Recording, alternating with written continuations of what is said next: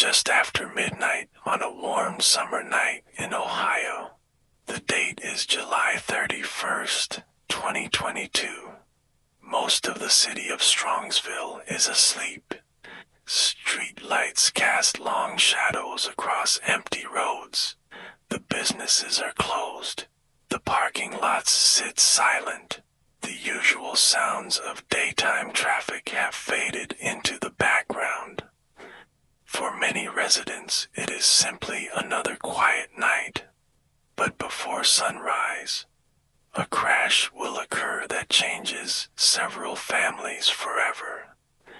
At first, it appears to be a tragic traffic accident, the kind of heartbreaking event that sadly happens every year. But as investigators begin to examine the evidence, questions start to emerge. Questions about speed. Questions about the moments before impact. Questions about whether this was truly an accident at all. Over the months and years that follow, those questions will lead to a criminal investigation, a highly publicized trial, and a case that sparks intense debate across the country. Tonight, we'll carefully retrace the story. We'll examine what happened. We'll follow the investigation. We'll hear the arguments presented by both sides, and we'll explore why this case continues to generate discussion long after the verdict was delivered. So settle comfortably into bed. Take a deep breath. Allow your mind to relax, and let's travel back to that summer night in Strongsville, Ohio. Strongsville sits southwest of Cleveland. Like many suburban communities, it is a place of neighborhoods, schools, shopping centers, and quiet residential streets. Families move here seeking stability. Students attend school together for years. Friendships often begin in childhood and continue through adolescence. For many teenagers growing up in Strongsville, life follows familiar patterns: school, sports, friends, weekend plans, the anticipation of adulthood gradually approaching. In the summer of 2022, 3 young people found themselves connected through those familiar social circles. 17-year-old Mackenzie Shirilla, 19-year-old Dominic Russo, and 20-year-old Davian Flanagan. All 3 had their own hopes, plans, friendships, and futures. At the time, nobody could have imagined that their names would soon become known far beyond their hometown. For investigators, understanding any major case often begins with understanding the people involved, not because background automatically explains what happened, but because context matters. Relationships matter. Human behavior rarely exists in isolation. Instead, it develops through countless interactions, experiences, emotions, and decisions. As the investigation later unfolded, detectives worked to reconstruct the days and hours leading up to the crash. They reviewed messages, interviewed witnesses, examined timelines, and attempted to understand what had been happening in the lives of those involved. Like many young people, Mackenzie and Dominic had experienced a relationship that was not always simple. Teenage relationships can often be intense. Feelings can seem larger than life. Arguments that might later appear minor can feel overwhelming in the moment. Reconciliations can happen quickly, so can disagreements. Investigators would later examine the nature of their relationship very closely, not because relationships automatically indicate criminal intent, but because understanding personal dynamics became a major part of the case. As the legal proceedings unfolded, prosecutors and defense attorneys would offer very different interpretations of what those dynamics meant. Meanwhile, summer continued. July was coming to an end. The long, warm evenings that define Midwestern summers were beginning to give way to thoughts of autumn. School would eventually return. Schedules would change. Life would move forward. For many teenagers, the final weeks of summer carry a unique feeling, a mixture of freedom and uncertainty. Late-night drives, gatherings with friends, hours spent simply enjoying time together before responsibility returned. July 30th was one of those nights, at least at first. Across Strongsville, people spent the evening doing ordinary things, watching television, visiting friends, relaxing after work, driving home from restaurants. Nothing seemed unusual. Nothing suggested that within a few hours, police officers, firefighters, investigators, attorneys, journalists, and eventually millions of people would be discussing a single event, a single moment, a single crash. As midnight approached, roads became quieter. Traffic diminished. The darkness deepened. Many residents headed to bed. But for some young people, the night was still ongoing. Conversations continued. Plans shifted. Vehicles moved through the city. And somewhere within those ordinary movements, events were unfolding that would later become the subject of intense scrutiny. One of the challenges investigators often face is that hindsight changes everything. After a tragedy occurs, every detail suddenly seems important. A text message, a phone call, a brief conversation, a social media post. Actions that seemed routine at the time can later appear significant.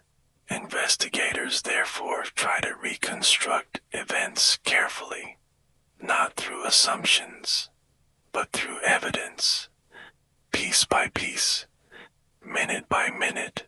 As the early hours of July 31st arrived, a vehicle carrying Mackenzie Shirilla, Dominic Russo, and Davian Flanagan moved through Strongsville. The exact significance of the moments leading up to the crash would later become the central issue of the case. Not simply what happened, but why it happened. And that question would ultimately divide prosecutors, defense attorneys, legal experts, and members of the public.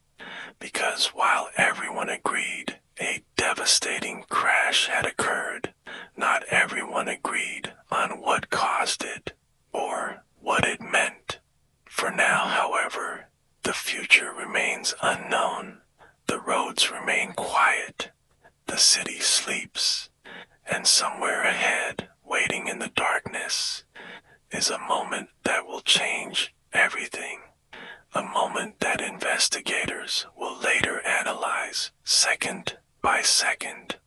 A moment that will lead to one of the most closely watched criminal cases in recent Ohio history. And a moment that begins with nothing more than a vehicle moving through the night. As the clock moves deeper into the early hours of July 31st, 2022, Strongsville grows quieter still. The restaurants have long since closed. Most homes are dark. The traffic that filled the streets during the day has almost completely disappeared. Only the occasional vehicle passes through the intersections. Streetlights cast pools of pale yellow light onto the pavement. Beyond them, darkness stretches across parking lots, neighborhoods, and industrial areas. For most residents, the night passes without notice, but for investigators, who would later reconstruct the events of this case, these early morning hours become critically important. Every minute matters. Every movement matters. Because somewhere within this timeline lies the answer to a question that would eventually dominate the investigation. What exactly happened before the crash? In the months that followed, detectives worked carefully to establish a sequence of events. Unlike older criminal cases, modern investigations often benefit from an enormous amount of digital information. Phone records, security cameras, vehicle data, witness statements, electronic timestamps. Each piece provides a small part of a much larger picture. No single piece tells the entire story. But together, investigators hope they can reveal what happened, and sometimes what happened is only the beginning. The harder question is why. As the vehicle traveled through Strongsville, 3 young people sat inside. Mackenzie Shirilla was behind the wheel. Dominic Russo was a passenger. Davian Flanagan was also inside the vehicle. At the time, none of them could know that these would become the final moments before a tragedy. The roads ahead appeared ordinary. The route itself was familiar. Nothing about the surroundings suggested what was coming. One of the most important pieces of evidence later examined by investigators came from the vehicle itself. Modern vehicles often record certain operational data: speed, acceleration, braking activity, other measurements related to how the vehicle is being driven. Investigators would later analyze this information in great detail. It became one of the central elements of the case because, unlike witness memories, electronic data does not become confused with time. It simply records silently, objectively, without emotion. As the vehicle moved through the city, something unusual began to occur. According to evidence later presented in court, the vehicle accelerated dramatically. Investigators and experts would spend countless hours analyzing this period. How fast was the vehicle traveling? How quickly did it accelerate? Was there any indication that the driver attempted to slow down? These questions would become crucial, not only during the investigation, but later during the trial. The route eventually brought the vehicle toward a commercial and industrial area. During the daytime, businesses in this part of Strongsville see regular activity. Employees arrive, customers come and go, delivery trucks move through the area, but in the early hours of the morning, it is largely deserted. Parking lots sit empty. Buildings stand silent. The streets are quiet. As the vehicle continued forward, the available evidence suggested an extraordinary level of speed. Prosecutors would later argue that this evidence demonstrated intentional conduct.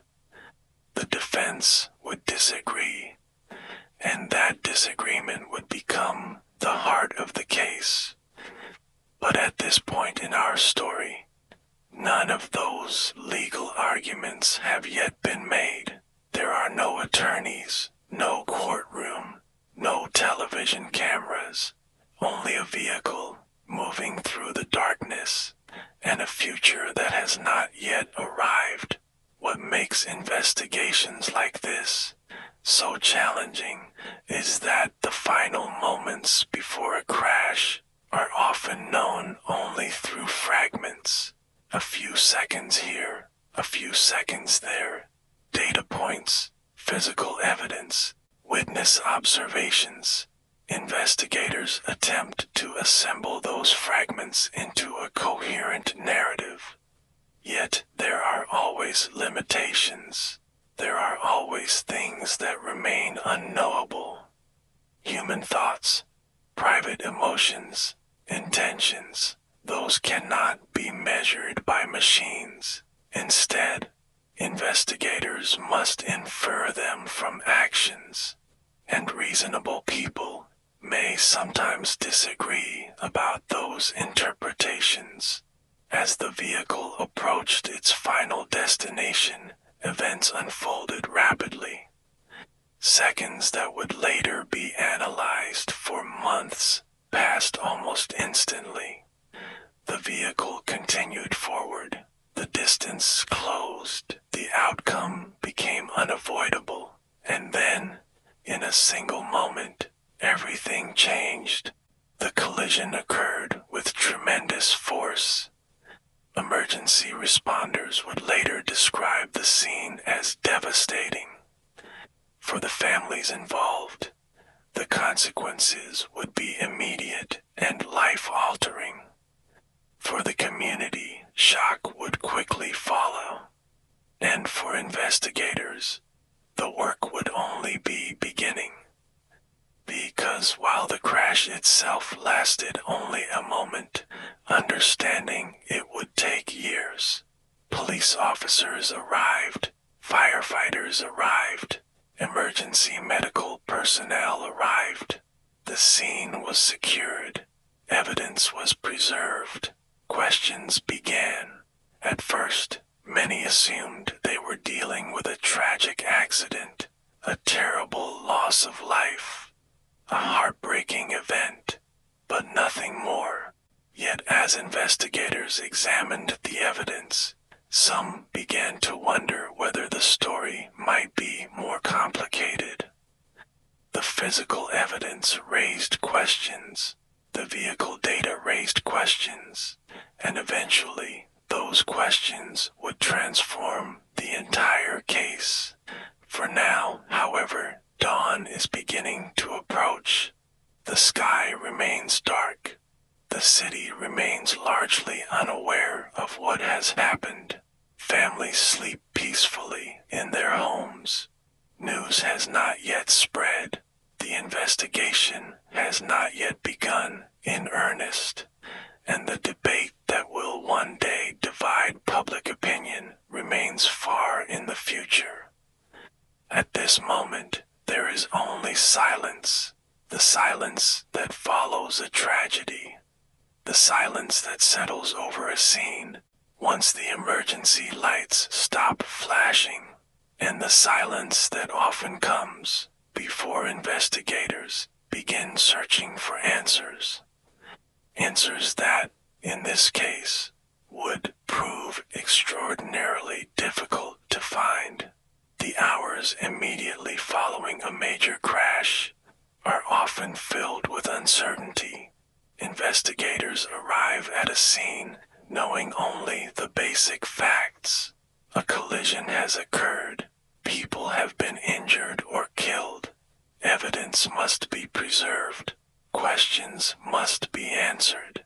At first, there are usually very few conclusions, only observations, only facts. Theories come later.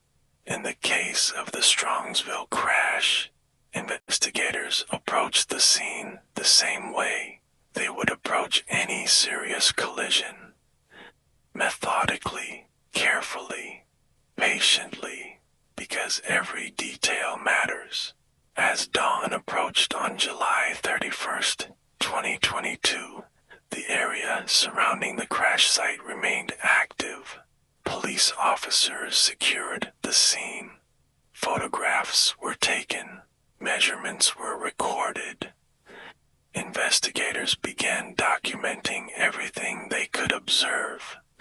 The position of the vehicle, the condition of the roadway, the surrounding environment, any physical evidence that might help explain what had happened. Crash reconstruction is a highly specialized field.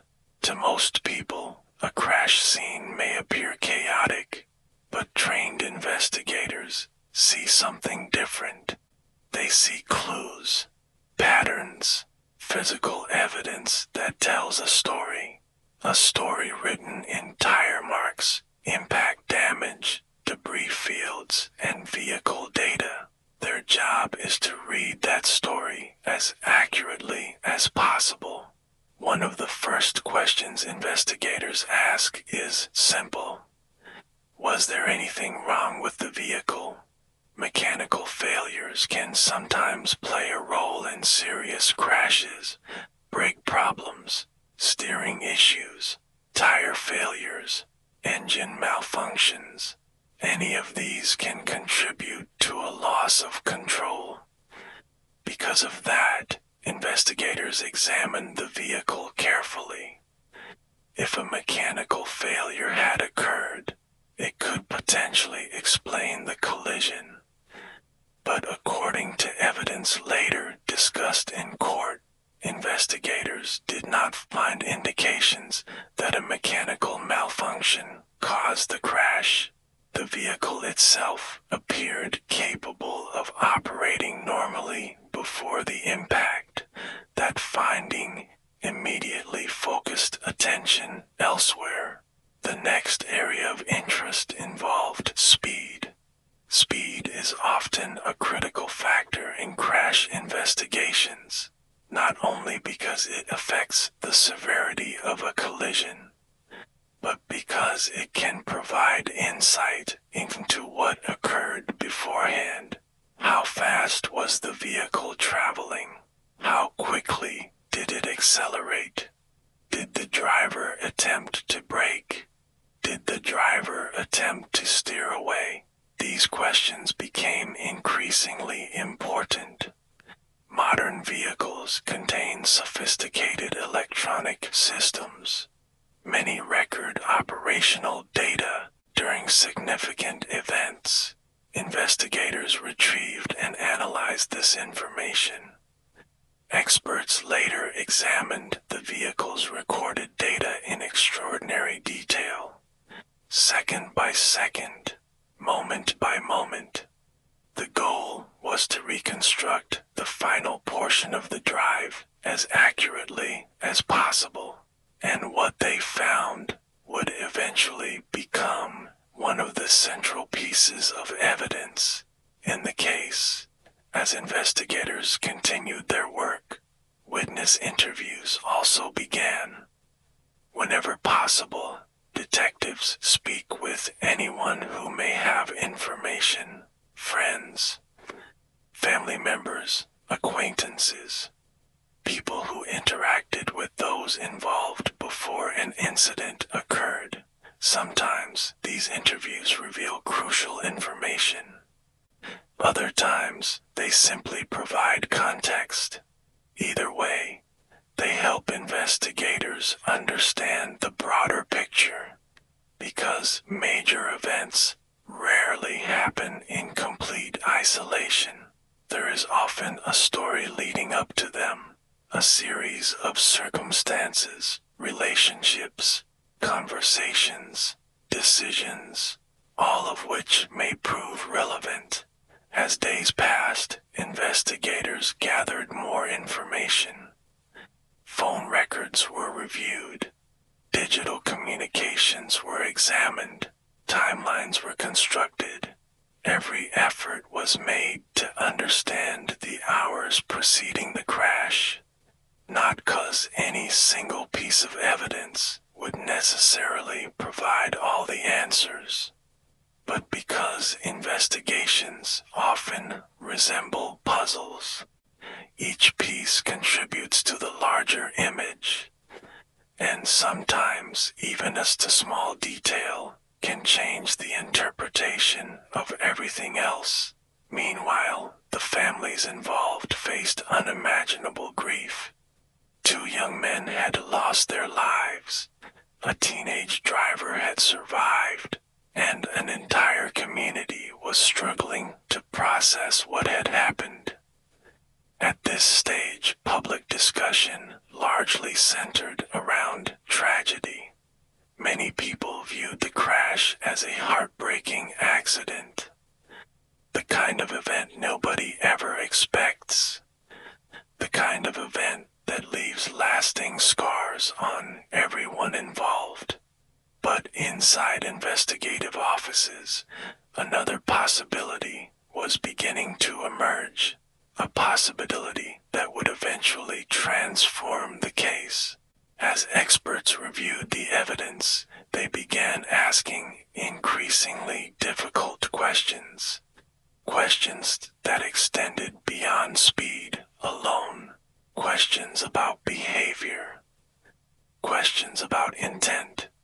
Questions that would ultimately become the focus of prosecutors and defense attorneys alike, because while physical evidence can often explain what happened, determining why something happened is far more complicated. Intent exists inside the human mind. It cannot be photographed. It cannot be measured directly. Instead, investigators attempt to infer intent through actions and circumstances, and that process is rarely simple. As the investigation progressed, prosecutors became convinced that the evidence pointed toward something more than reckless driving.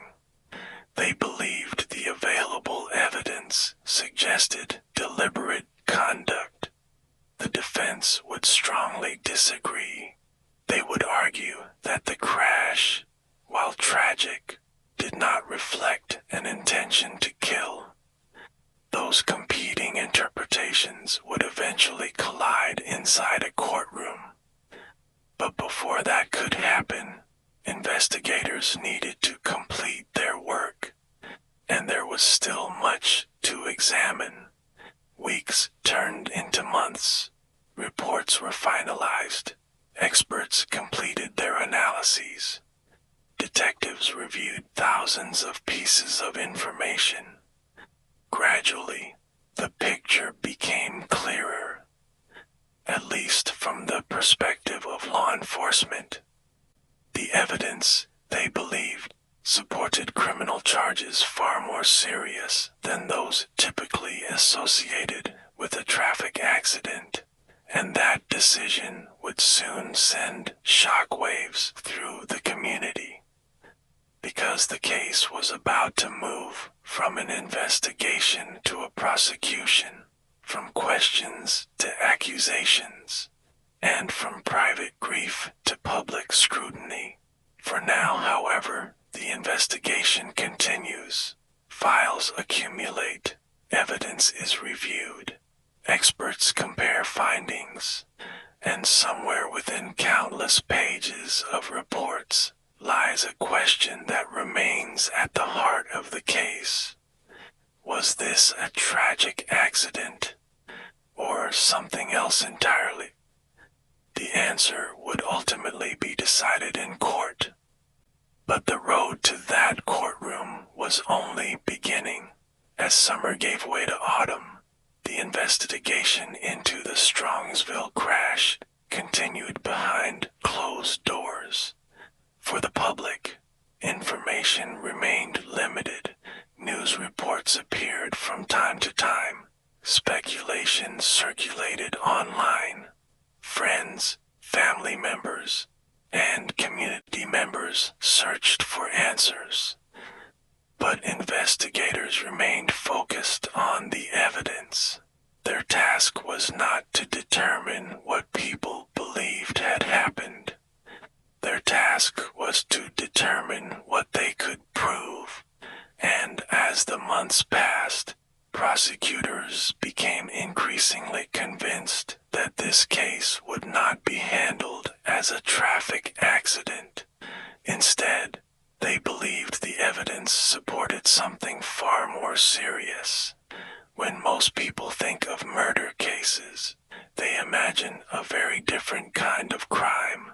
They picture weapons, arguments, premeditated plans, obvious acts of violence. A vehicle collision does not immediately fit that image, and yet, under certain circumstances, prosecutors can argue that a vehicle was used intentionally. The legal question is not the object itself. The legal question is intent. What was the driver trying to do? What was the driver thinking? What evidence exists to support that conclusion? These would become the defining questions of the entire case. By this stage of the investigation, prosecutors had reviewed crash reconstruction reports, vehicle data, witness interviews, digital communications, and expert analyses. Taken together, they believed the evidence pointed toward a deliberate act. The defense, however, would eventually argue the exact opposite. They maintained that while the crash was undeniably tragic, it was not intentional. The difference between those two interpretations was enormous. One described an accident, the other described murder. As prosecutors prepared their case, they faced a challenge that exists in many criminal trials. Intent cannot be seen directly. No machine can measure it. No photograph can capture it. Jurors and judges must instead evaluate behavior, circumstances, and evidence. They must ask whether the actions observed are consistent with one explanation or another.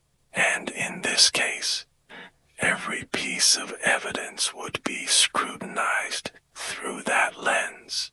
When charges were eventually filed, the decision attracted immediate attention.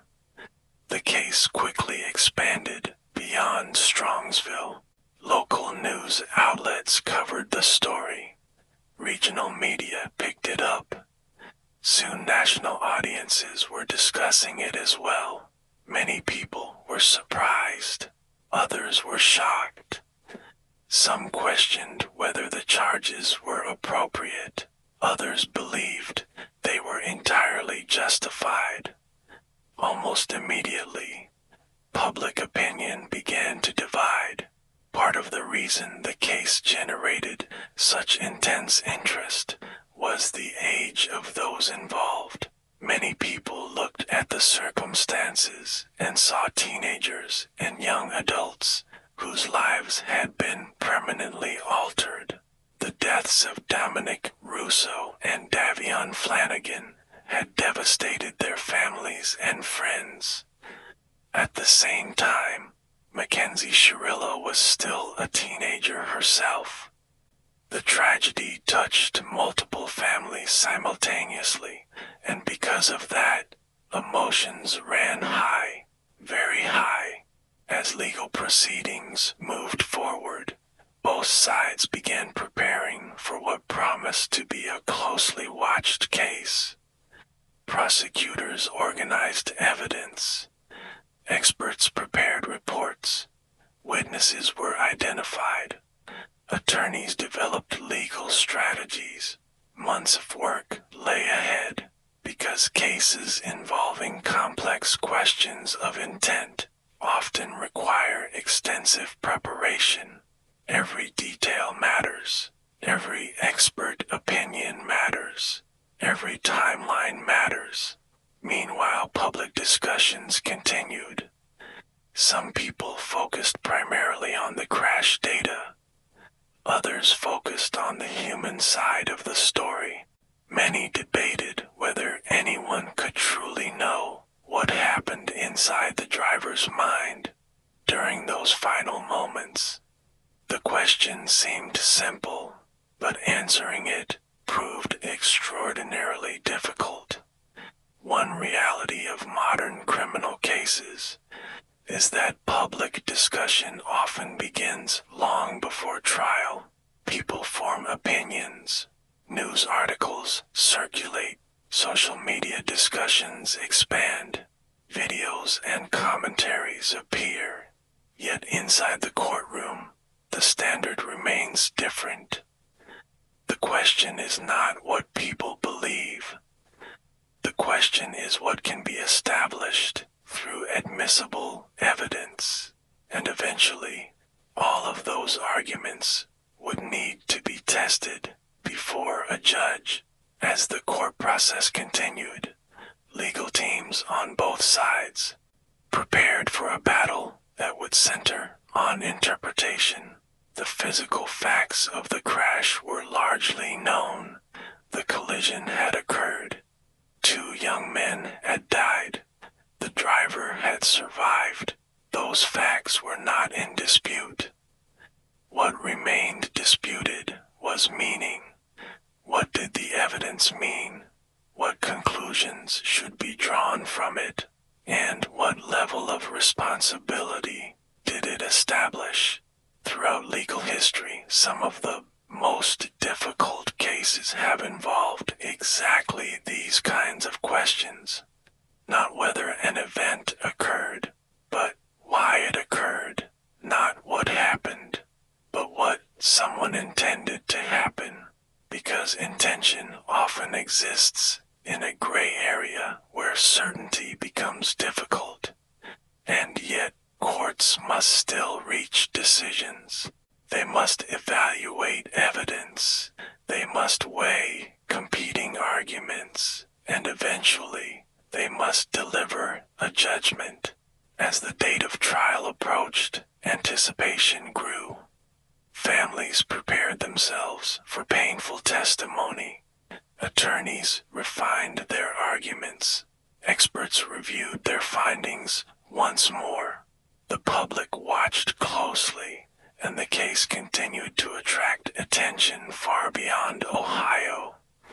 Soon, the investigation would give way to something else. The courtroom phase. The stage where evidence would be presented openly, where competing narratives would be tested, and where a judge would ultimately determine which explanation was most convincing. For now, however, the waiting continued. The charges had been filed, the lines had been drawn, and the case was moving steadily toward one of the most closely watched trials in recent Ohio history. By the time the trial began, more than a year had passed since the crash. The headlines had spread far beyond Strongsville. Television programs had discussed the case. Legal commentators had offered opinions. Online forums had debated every available detail.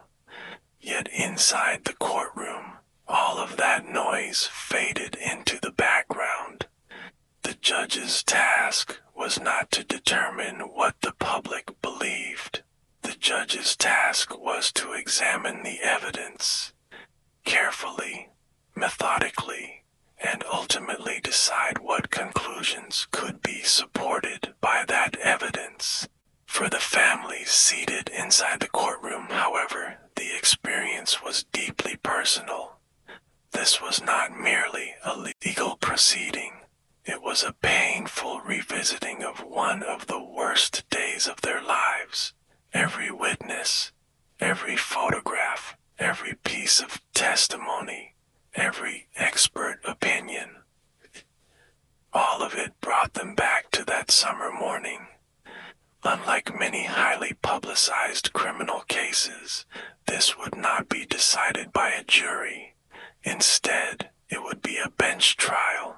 That meant the judge alone would evaluate the evidence and determine the verdict. For legal observers, this created an interesting dynamic. There would be no need to persuade 12 jurors, no need to simplify complex technical evidence for a broad audience. Instead, both sides could focus heavily on details, and there were many details to discuss. When the prosecution presented its opening arguments, it outlined a theory that had been developing since the earliest stages of the investigation. According to prosecutors, the crash was not simply the result of reckless driving. They argued that the evidence showed deliberate action. They pointed to the speed of the vehicle, the acceleration, the absence of braking, and the circumstances leading up to the collision. Taken together, they believed those factors demonstrated intent. The prosecution argued that this was not a case about losing control. It was a case about choice, a choice made in a matter of seconds, but a choice nonetheless.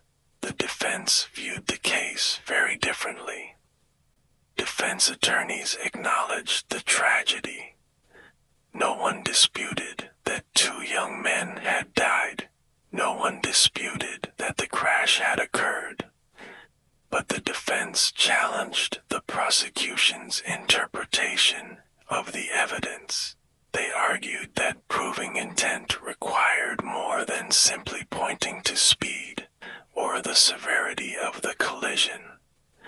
According to the defense, the prosecution was attempting to infer thoughts and motives that could not be known with certainty.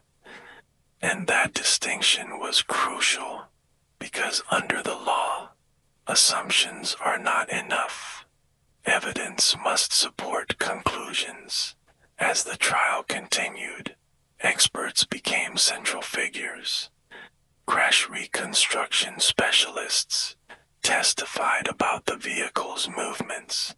Data analysts explained information retrieved from electronic systems. Investigators described their findings. Each witness contributed another piece to the puzzle. The courtroom often became highly technical. Speeds were discussed, distances were measured, timelines were reconstructed, seconds became important.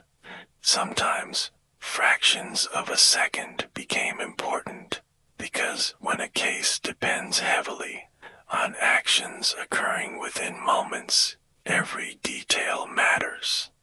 For observers, the case highlighted an important reality about criminal law.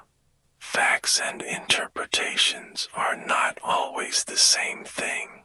2 sides may look at the same evidence and draw very different conclusions. The challenge for the court is determining which interpretation is more convincing. Not emotionally, not politically, but legally. As witness after witness testified, the judge listened carefully. Pages of evidence accumulated. Hours of testimony stretched into days. The legal teams presented competing narratives. Each side believed the evidence supported its position. Each side sought to explain the events of that night through a different lens. And throughout it all, the central question remained unchanged.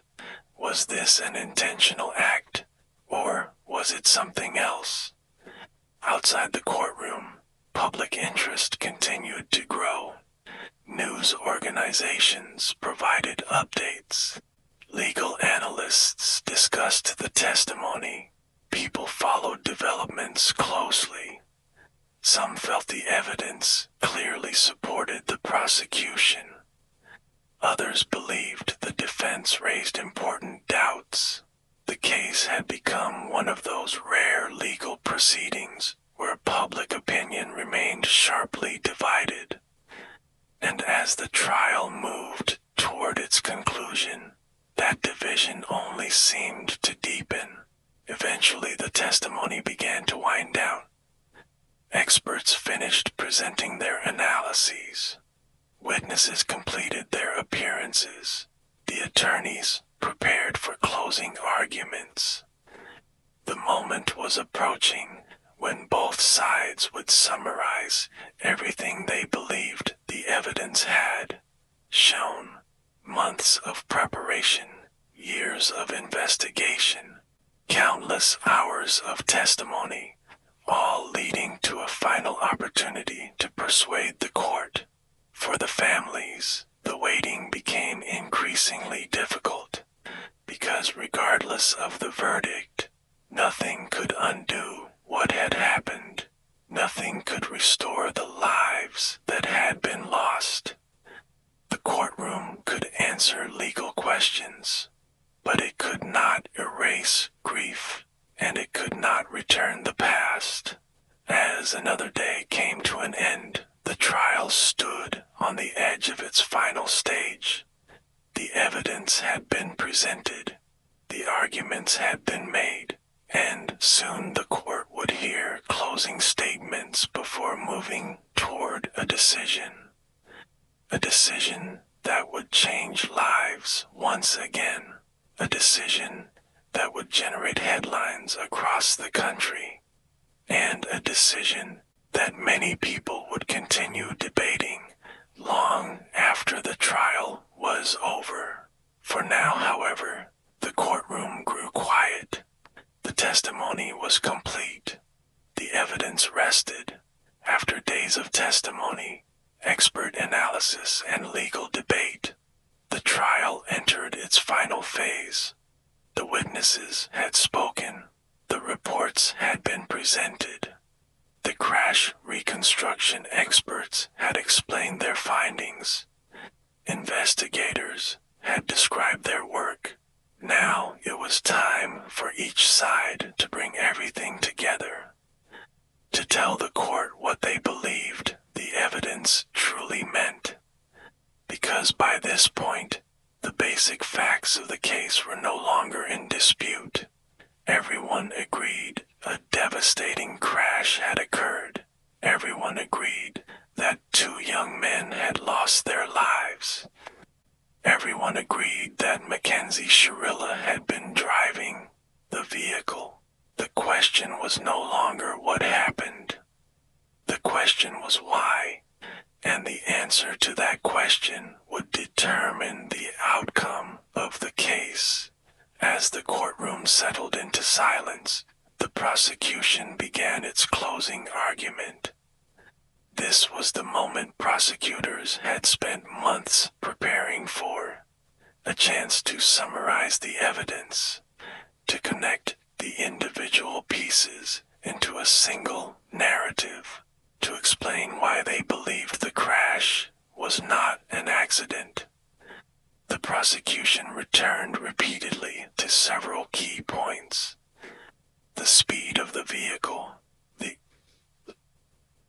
lack of evidence suggesting an attempt to avoid the collision, the data recorded in the final seconds before impact.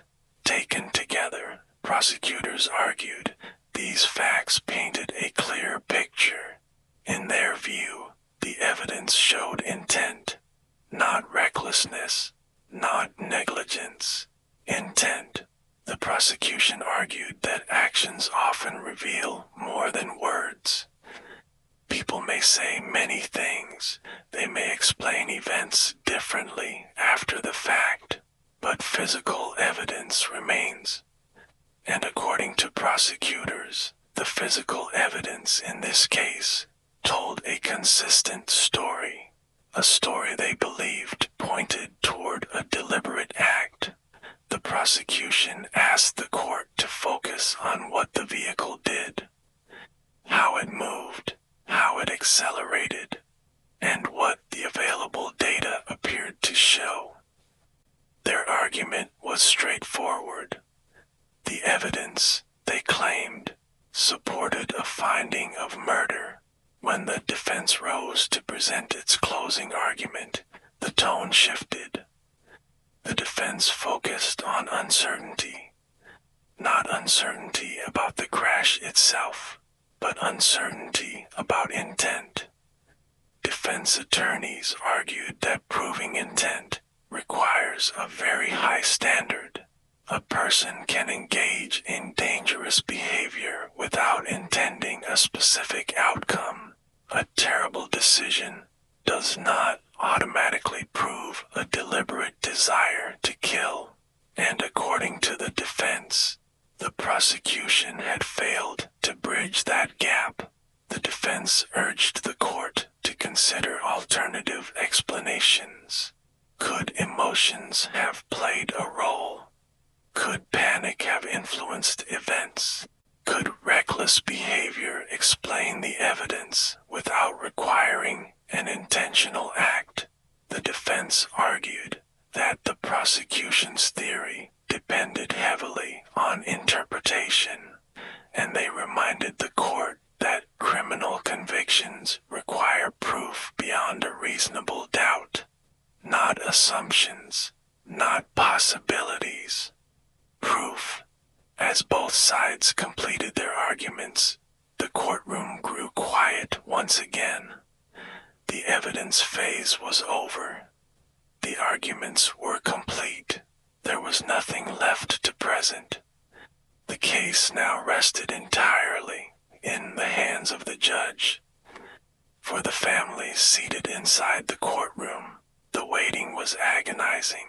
Months of investigation, years of legal proceedings, countless hours of testimony, all leading to this moment, a decision that would soon be announced. For legal observers, the case represented one of the most unusual questions in modern criminal law. Not because crashes are rare.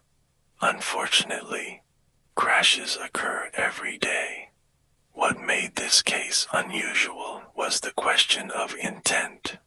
Can intent be proven through driving behavior alone? What level of evidence is required? How should courts evaluate vehicle data?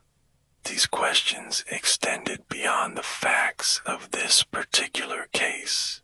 They touched on broader legal principles. Principles that would continue to be discussed long after the verdict.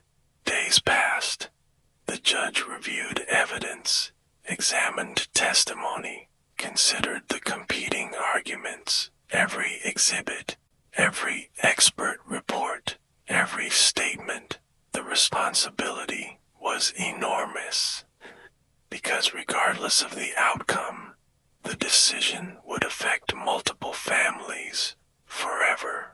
There would be no outcome that felt like a victory, only different forms of loss. Eventually, the day arrived. The courtroom filled once again. Attorneys took their places. Family members gathered. Reporters prepared their notes. The tension in the room was impossible to ignore. Years of uncertainty were about to reach a conclusion. At least legally. Emotionally, the story would continue much longer. When the judge began delivering the ruling, the courtroom listened intently. The decision would be based on the court's interpretation of the evidence, not public opinion, not media coverage, not speculation. Evidence. The judge explained the reasoning behind the findings, discussing the vehicle data, the circumstances surrounding the crash, and the conclusions the court had reached. The ruling was significant, and it would soon become national news. For some observers, The verdict confirmed what they had believed all along. For others, it raised new questions. Debate did not end with the verdict. If anything, it intensified. Legal experts discussed the case. Commentators analyzed the ruling. Supporters and critics voiced their opinions. The conversation spread far beyond Ohio. Yet inside the courtroom, the focus remained on the people most directly affected. The families, the friends, the individuals whose lives had been forever changed by a single event on a summer night. As the proceedings came to an end, one chapter of the story closed, but another was about to begin, because after a verdict comes sentencing, and after sentencing comes the long process of living with the consequences. Consequences that would continue long after the cameras left, long after the headlines faded, and long after the courtroom doors closed. The day of the verdict arrived quietly. Outside the courthouse, life continued as normal. Cars moved through intersections. Businesses opened their doors. People went to work. For most of Ohio, it was an ordinary day, but inside the courtroom, it was anything but ordinary for the families involved.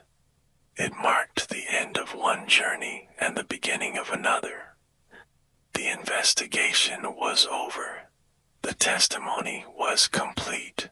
The arguments had been made. Now all that remained was the decision.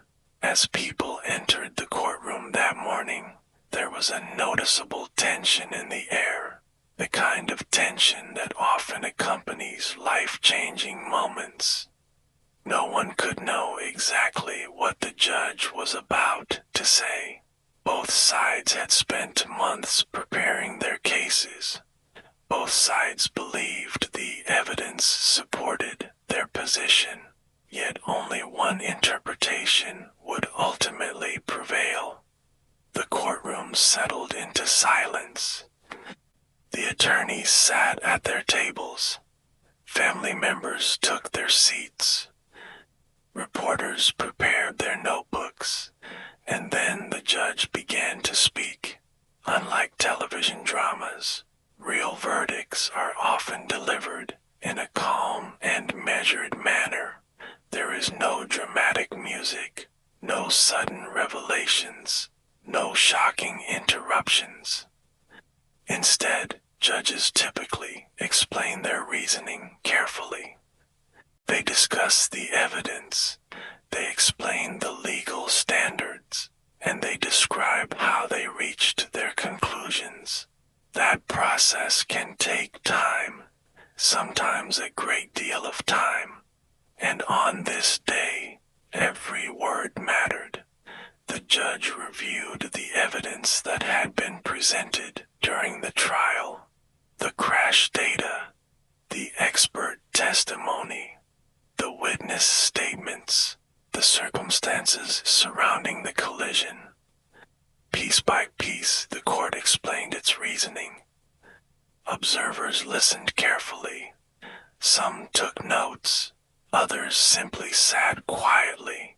For many people in the room, these were words they would remember for the rest of their lives. As the ruling continued, it became increasingly clear how the court viewed the evidence. The judge concluded that the prosecution had met its burden. According to the court, the evidence supported the conclusion that the crash was intentional. The ruling represented one of the most significant moments of the entire case, because from the very beginning, intent had been the central issue, not whether the crash occurred, not whether lives had been lost, but whether the collision had been deliberate. The court's answer was yes. The verdict found Mackenzie Shirilla guilty of multiple charges, including murder. The decision immediately became national news. Within hours, media outlets across the country were reporting on the outcome. Legal analysts began discussing the case. News programs examined the ruling.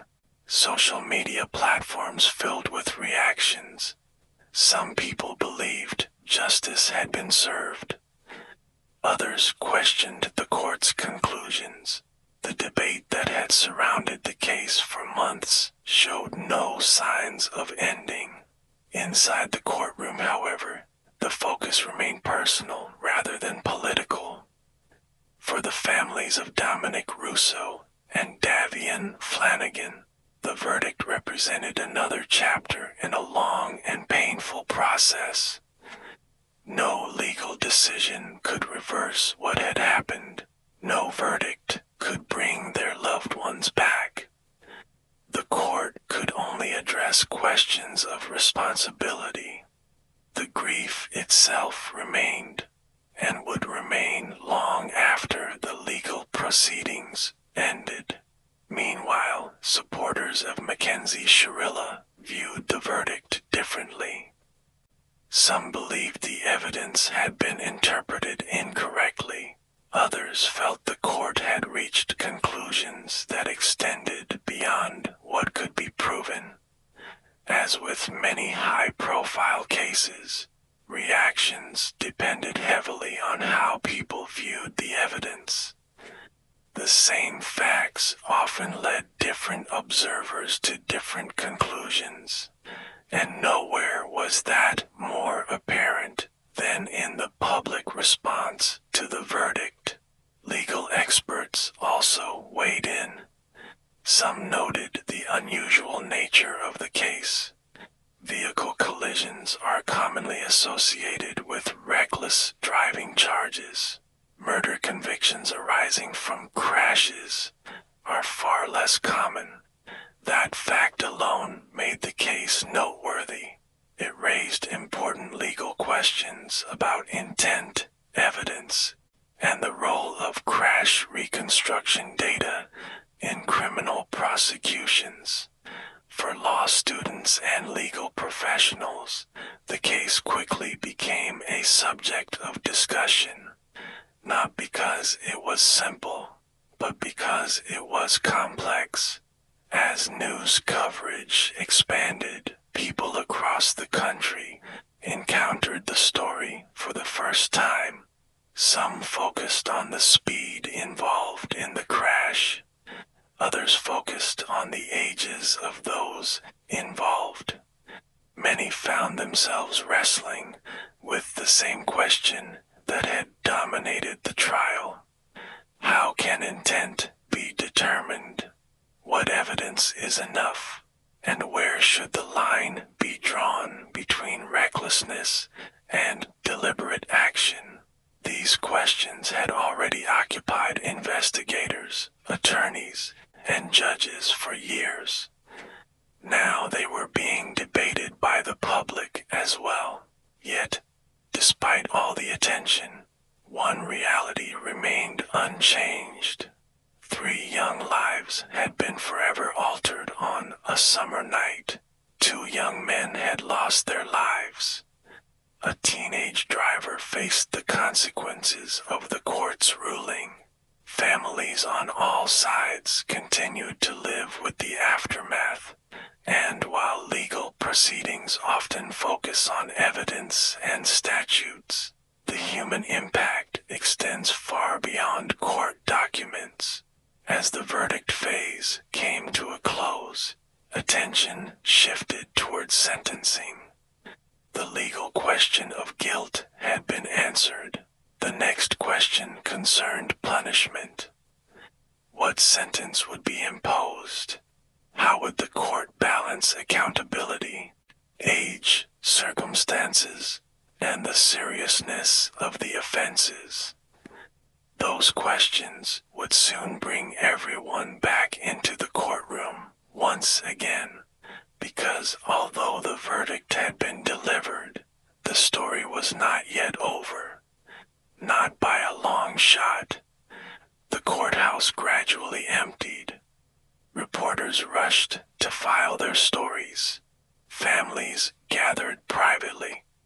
attorneys spoke with clients, and across the country, people continued discussing a case that had become one of the most closely watched criminal proceedings in recent memory. The verdict had answered some questions, but for many observers, it had also created new ones, questions that would continue to linger long after the courtroom lights were turned off. Several weeks after the verdict, the courtroom filled once again. This time, however, the focus was different. The question of guilt had already been decided. The court had reached its conclusions. The verdict had been delivered. Now the legal system faced another responsibility: determining the sentence, determining what consequences would follow, and determining how the law should respond to a tragedy that had forever changed multiple families. Sentencing hearings often feel different from trials. Trials focus on evidence, facts, witnesses, technical details. Sentencing, however, often focuses on people, their lives, their losses, their futures. The courtroom becomes less about what happened and more about the impact of what happened, and in this case, that impact was impossible to ignore. As family members entered the courtroom, emotions were understandably high. Months of legal proceedings had already passed. Years had passed since the crash itself. Yet grief does not operate according to a legal schedule. It does not end when a trial begins. It does not disappear when a verdict is announced. Instead, it remains, changing shape over time, sometimes becoming quieter, sometimes returning unexpectedly, but always present. One by one, statements were delivered. Family members spoke about the young men they had lost. They spoke about memories, about futures that would never happen, about birthdays, holidays, graduations, and milestones that would forever remain unfinished. These moments are often among the most emotional parts of any criminal proceeding, because they remind everyone present that court cases are not simply collections of documents and evidence. They are stories about real people, real lives, and real consequences. For the families of Dominic Russo and Davian Flanagan, the sentencing hearing offered an opportunity to speak directly to the court, to explain the impact the crash had on their lives, to describe the absence left behind, the empty seats at family gatherings, the phone calls that would never come, the plans that would never be completed, the dreams that would never become reality. No sentence could undo those losses, but many family members hoped the court would recognize the magnitude of what had been taken from them. At the same time, the court also considered another reality. Mackenzie Shirilla had been 17 years old at the time of the crash. The law often treats juvenile offenders differently from adults, not because their actions are less serious, but because courts recognize that young people are still developing, still changing, still capable of growth. That fact became part of the sentencing discussion as well. The court was required to balance accountability with age, responsibility with the possibility of rehabilitation, justice with the recognition that the defendant herself was very young. As legal arguments continued, Both sides presented their perspectives. The prosecution emphasized the seriousness of the convictions, the loss of 2 lives, the conclusions reached during the trial, the need for accountability. The defense emphasized youth, potential for future rehabilitation, and the argument that the defendant should not spend the remainder of her life in prison without hope. These are difficult conversations, and there are rarely answers that satisfy everyone involved. Throughout history, sentencing has often been one of the most challenging responsibilities placed upon judges. Evidence can establish guilt, laws can define offenses, but determining an appropriate sentence requires a different kind of judgment, a judgment about fairness, about consequences, about the future, and in cases involving young defendants, those questions become even more complex. As the hearing continued, the courtroom remained quiet. Every person present understood the significance of the moment. For the victims' families, for the defendant, for the broader community, the sentence would become another defining chapter in a case already filled with difficult moments. Eventually, the judge delivered the sentence. The court imposed life sentences with the possibility of parole after 15 years. The decision reflected both the seriousness of the convictions and the defendant's age at the time of the offense. Legally, it marked the conclusion of the trial court proceedings. Emotionally, however, it marked no such thing. The effects of the case would continue long after sentencing day.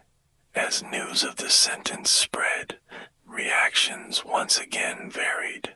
Some believed the punishment was appropriate.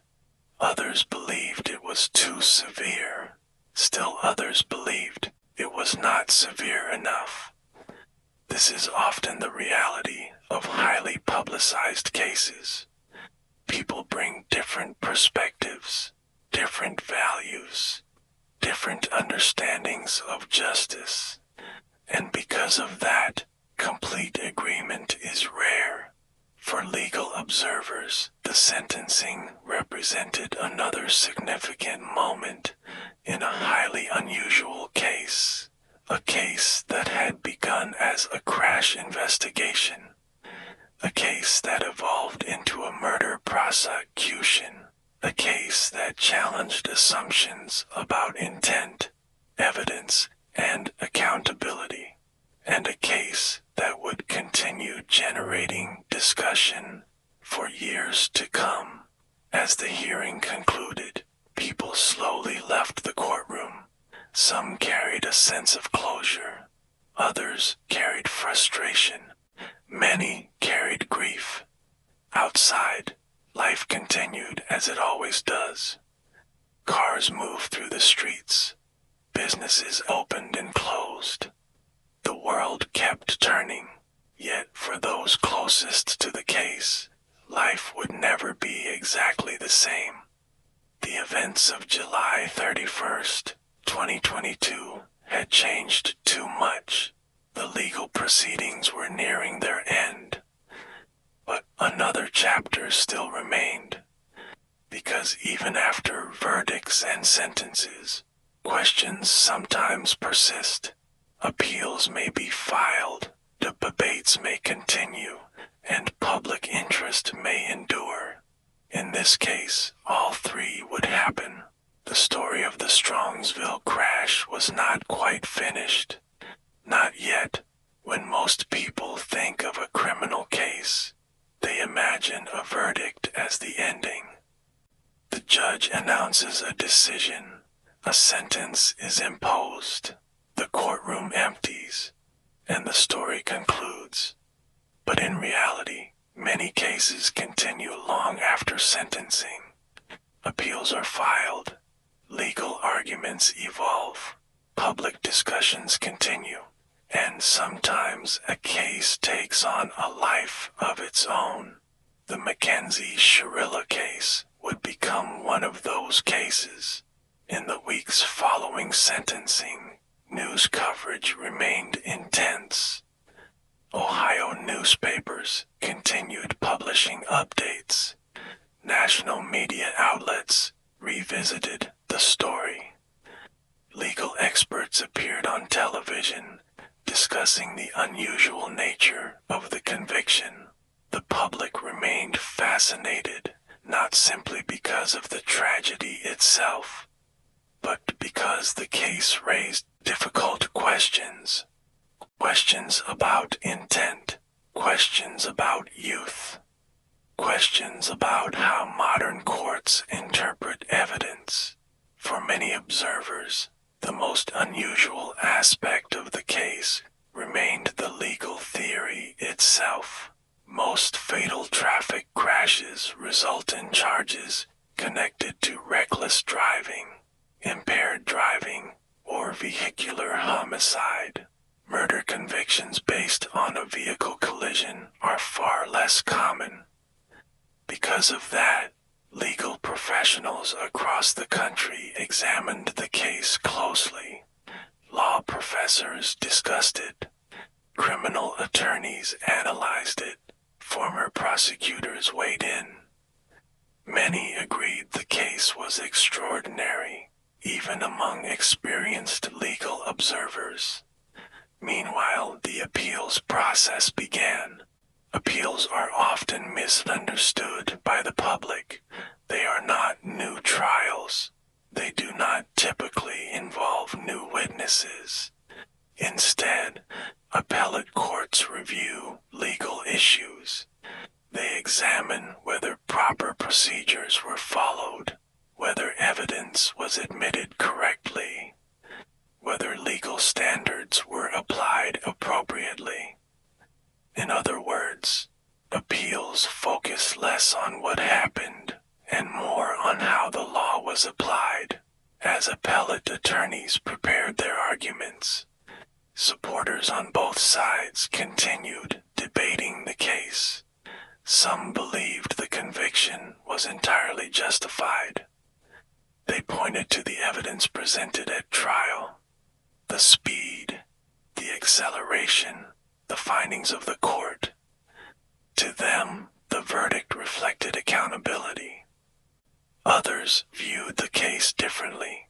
They questioned whether intent had truly been established beyond a reasonable doubt.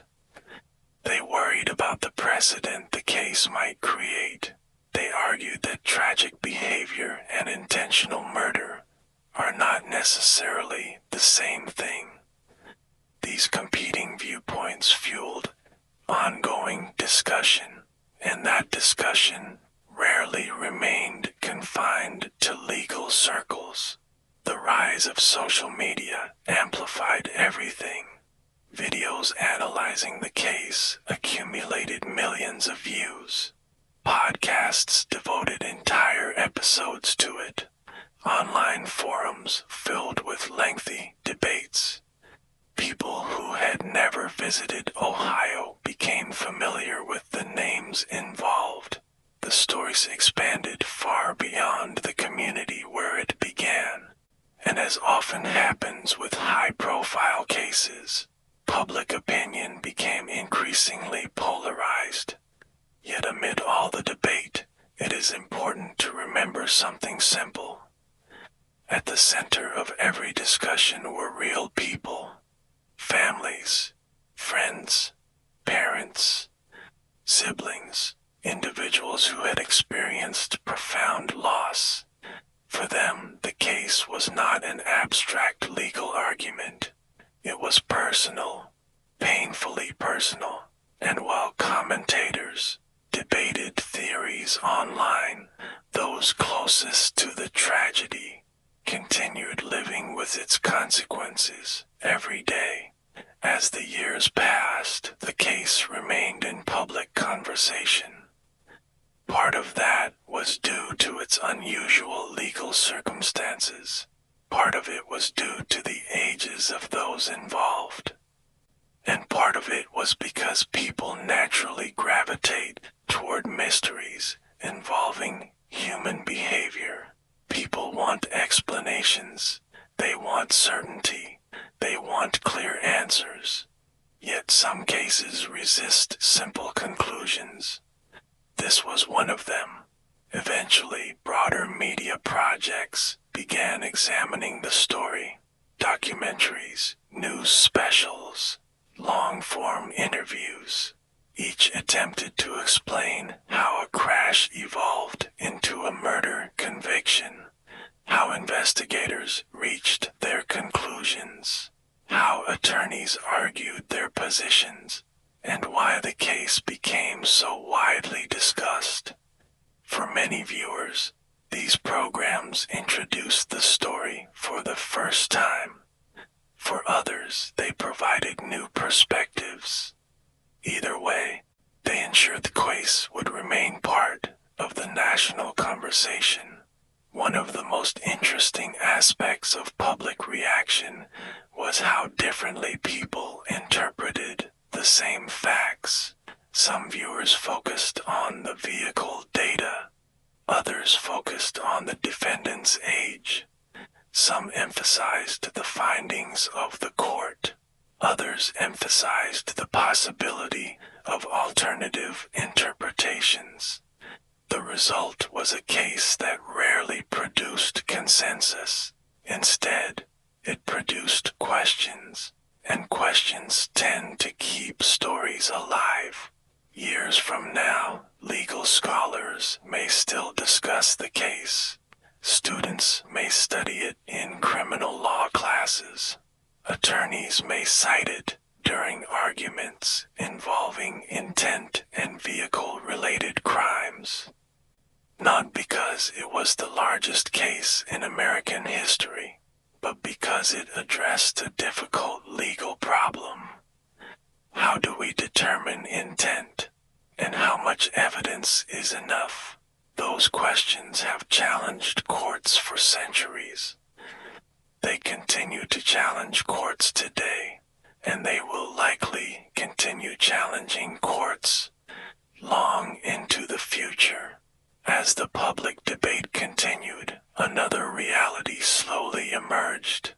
The case was becoming part of history, not ancient history, not distant history, but history nonetheless.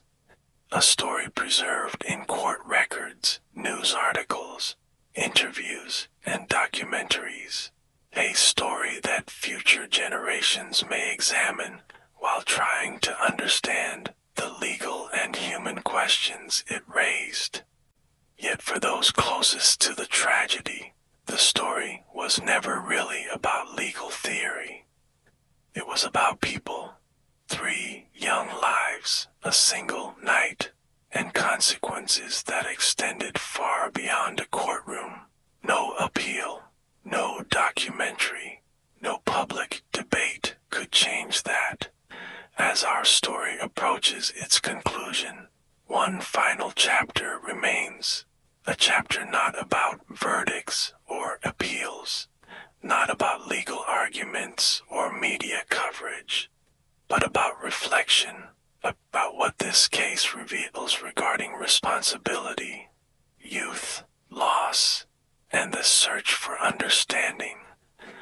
Because after all the headlines fade and all the debates quiet down, those are often the questions that matter most.